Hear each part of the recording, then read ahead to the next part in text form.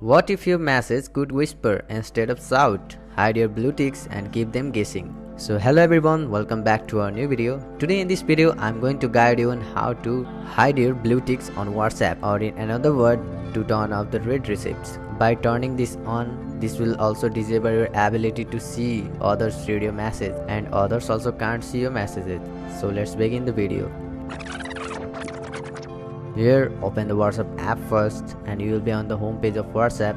If you are in the Android, then tap on the three dots at the top right corner, or if you are in iPhone, then tap on the settings.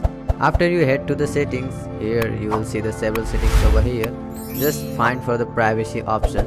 Once you find, tap on it, and again here you will see the several settings over here. Just find for the read receipts. Once you find, tap on it and turn off the option.